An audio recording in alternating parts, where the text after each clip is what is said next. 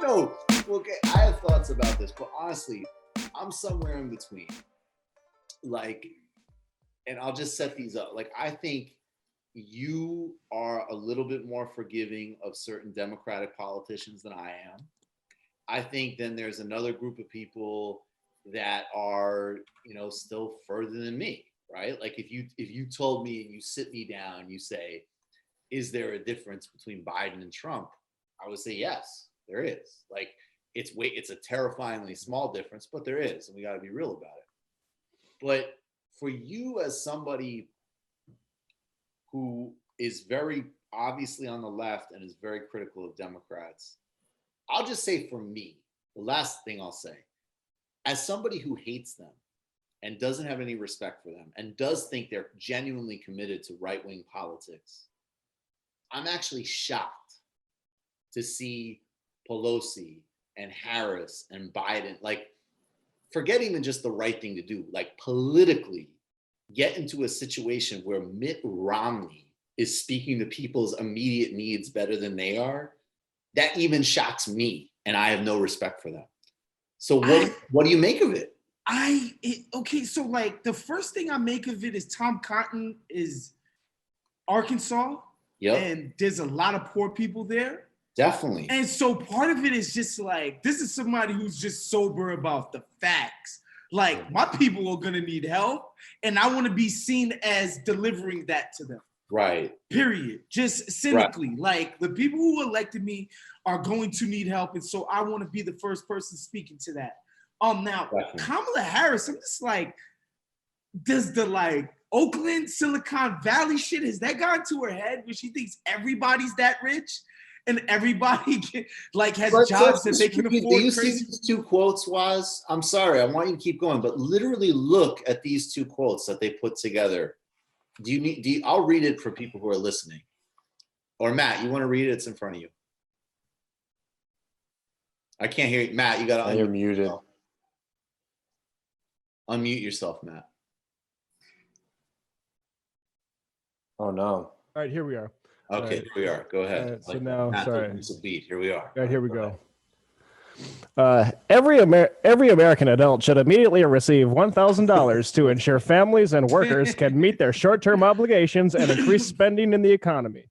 And all right, that's Mitt Romney. And again, Mitt Romney is not Willard Romney, guys. And by the way, I think what you said about Cotton is 100% on point. But Mitt Romney represents a relatively wealthy state, and he's a vulture capitalist. All right, now let's look at what Kamala Harris has to say. All right, and then 1 second here.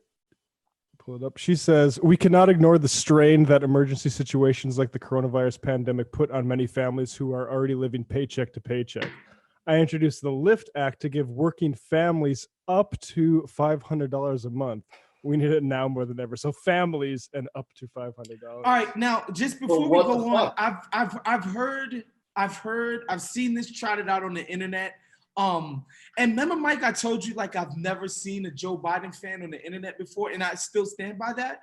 But I've seen Kamala Harris supporters on the internet. Yeah, we've definitely seen that.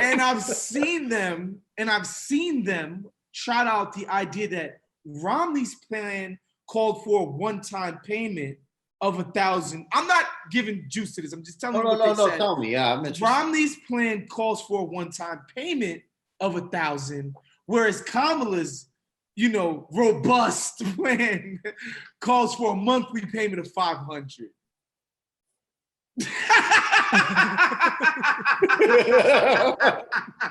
To families too. It's ridiculous. I mean, it's ridiculous. That's the thing is like, you know what, even if you want, like, we are literally now we're just okay, so all right, so basically you could maybe convince me that and on the other hand, Romney's is better because it would just be you just get the money. You wouldn't have to fill out any forms. She's already doing that classic Democratic, like, well, we're going to get you a FAFSA form. And, let's, in addition to everything else you're dealing with, let's fill out a fucking computer program. File your taxes before you let's file it. Right. So, hey, Mike, I've moved so many times in the last 5 years. I mean, in the last 3 years, I would actually appreciate if they did make us fill out a form so they don't send it to the wrong crib. Yeah, I can relate to that. I can relate to that. All right, look, here's another example. And by the way, Kamala Harris, we all actually know, she's actually very conservative, very corporate oriented Democrat. Oh my God. But here's Brian Schatz from Hawaii, who has a reputation of being, not like he's no Bernie or Elon, but he's supposed to be more liberal. Read, just again, we'll make fun of it. We'll get back to having fun. But people are dying. There isn't enough texting kits. We already live in total systemic strain where like half of the population is an emergency away. Fill in all the gaps of how bad it is, and also the amount of money and capital we have that we just keep shoveling to the wealthiest and to corporations. Now, Matt, will you read what Brian Schatz tweeted out earlier today? So he originally tweeted out, and you guys hear me, right? Yep. Yes, we can hear you. Cash payments are better than corporate bailouts, but there are better people who need much more than $1,000, and people who or just don't need $1,000. So let's target the needy, including gig workers, underemployed, caregivers, and others. Now, Josh Barro, who's basically, his dad was a right-wing economist at Harvard, I believe, and he's sort of like, he plays a centrist, but he's a fiscal conservative, I think. Says the more clever you try to get with this, the less administrable it is on the short order. And Brian Schatz says, I think you can do a quick income test and push money to the state UI funds and loosen restrictions on eligibility. There's got to be something in between. Give everyone money regardless and get bogged down endlessly in technical details. Nah, there's not though. Bogged down technically in endless details by that fucking tweet. These people are horny for paperwork, man. It's constant. It's ridiculous. And the thing about UI benefits is the you got to do an online component. There's so many older people that just don't want to do that. Like just straight up don't and can't do that. They got to depend on somebody to do that for them. And I don't even think you can go to an office and do this anymore. Like you straight up have to do it on the internet. And on top of it, people are quarantined. Like, if you're not somebody like us who's online and checking the news and stuff like that, those people who need it aren't even going to get the information. I mean, it's despicable, honestly. But it's because the Republicans have so much more room on this. If I'm being honest, they're so they realize that Democrats are so weak and have been hollowed out as a party, and Democrats are so timid about being called too generous.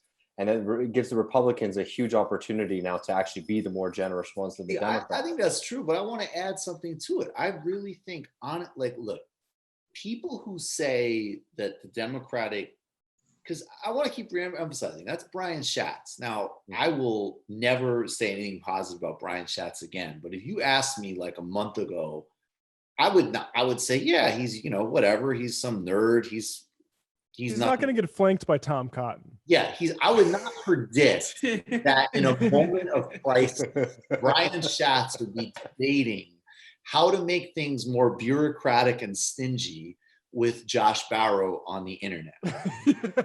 And so it's the same thing with Biden. Yes, there is just the raw money piece. Of course, Joe Biden is funded by corporate interests and oligarchs, 100%. But at the same time, if he was just a non-ideological guy at the end of the day, he would say, I got to get youth turnout. I got to somewhat juice the Bernie coalition. And there's a public health crisis. So guess what? I support single payer now. I think we got to start realizing that these people really believe in this shit. Oh, 100%. And that's, but look, because we're talking about scratching the surface. You look at Denmark and France, they're canceling rent. They're doing the basics of civilization. You don't have to worry about your rent. You don't have to worry about your food. You don't done. We're in an emergency, that's taken care of. Mm-hmm. These guys are being stingy compared to Mitt Romney. And by the way, as a political message, even if you scored it out, you said, yeah, over 12 months, it's nicer or whatever, then we're okay. Let's have that argument with Republicans. You want to spend the next 6 months with Donald Trump saying, here's $1,000.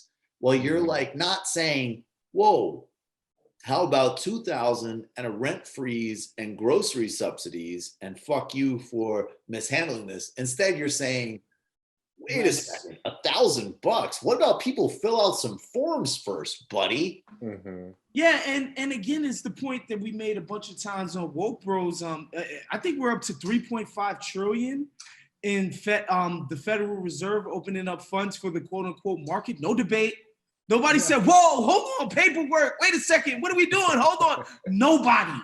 Nobody stepped up and stepped in and said, whoa, we can't do this. Because like these people were already irresponsible. Like, you know, CNBC and the New York Times reported the shit that American Airlines did after the bailout, where they became like ultra profitable with these scamming ass fees. And then they did what? Stock buybacks. Then they leveraged themselves to you know, get new planes. And now they're about to go under again. It's like, and they don't learn. And they want another bailout. Of course. Bailout. And they're coming back with their hands. And there's not going to be any, you'll get a bailout if you double the wages of your workers and ensure their pensions. There's not going to be any bailout. Hey, look, Chuck Schumer at the very least should be asking for more leg room. That's the type of shit that excites him as a politician. Like Seinfeld politics. Well, you know, the pretzels aren't good, man. You know, something.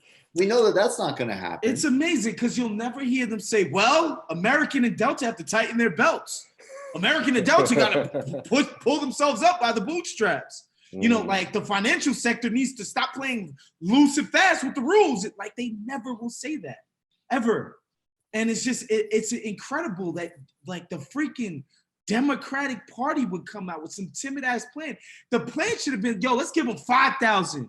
Let's do all kinds of crazy outlandish shit. And then we land at a nice, manageable spot where Mitt Romney is outbidding you. It's ridiculous. And we're not even getting to, again, go to look at what the Danish are doing. There's a great article in Tribune. And like all of this shit, like rent freeze, eviction freeze, 5,000 a month, immediate government healthcare. It sounds radical, but it actually should be obvious. Like if we had any basic, halfway decent society, not only morally, but one that's remotely equipped to dealing with a crisis, we would do this automatically. And it freaks me out because honestly, like in 2016, when Trump got into office, if they did the Bannon plan, because again, remember where a lot of the electorate is at. They're definitely culturally to the right of where we are. I think that's exaggerated. I don't think a lot of them are like to the right, but they're certainly in the center for sure. And they're open to some economic populism. And if Trump came into office and actually did an infrastructure bill and raised taxes on rich people, and he did stuff like the Muslim ban and all of that, he would be on lock. Democrats would never win another election again. Exactly. like they didn't do that. They did the whole Republican thing and they gave rich people money and they tried to destroy the ACA and all of that. But now in 2020, in a fucking election year, the Democratic leadership, and you could take the morals are obvious, but I'm just talking politics now. They are so stupid and so insane and so cult-like in their thinking that they're going to let the Republicans do the Bannon strategy without even doing anything. Like it's not like all of a sudden we're going to protect public health care and do an infrastructure project. It's just going to be like, there's a national crisis and we're not going to make you fill out extra paperwork and give you a little cash. And they can't even match that. Dude, it's horrifying. Could you just imagine if on day one, Trump essentially did what the Fed is doing right now for the market for infrastructure? No, just freed up a shit ton of cash, a bunch of jobs in Appalachia, building up their freaking communities, good jobs, building up their communities. It would be a wrap. It would have been over, and it would have cost them literally nothing. Like every economist knows this. They're like, there's no reason we can't operate within even a more deficit. Like we could do this tomorrow with no problem. No, like, but you know, look at this tweet right here. Yeah.